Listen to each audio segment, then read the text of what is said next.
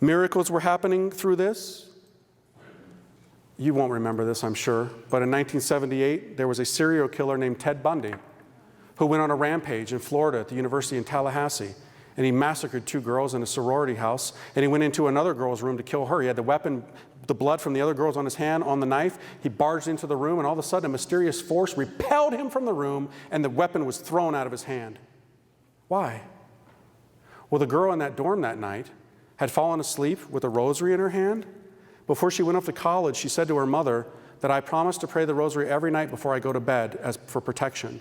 Well, that night, as often happens, if you try and leave it to the end of the day, you're going to fall asleep. She fell asleep. When the cops came, they saw the girl in a basically catatonic state. She was like paralyzed with fear. She said she didn't want to talk to anybody but a priest. They got a priest, a Monsignor came, and she told the priest that what she had told her mother about making that promise. Years later, when Ted Bundy was on death row, he asked to speak to a priest. Guess which priest came? The same one. And they had a little conversation. And Ted Bundy said to him, you know, there's something I don't understand. That last night, that was the last killing that he did, I had killed those 2 girls, and I went into the other room, and some force threw me out of the room and threw the weapon out of my hand. Can you explain that to me? Actually, I can.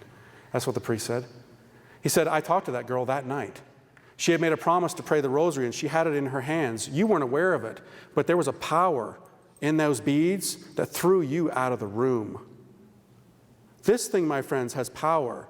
Saints of old would simply lay it on people who were possessed, and demons would shriek out of them.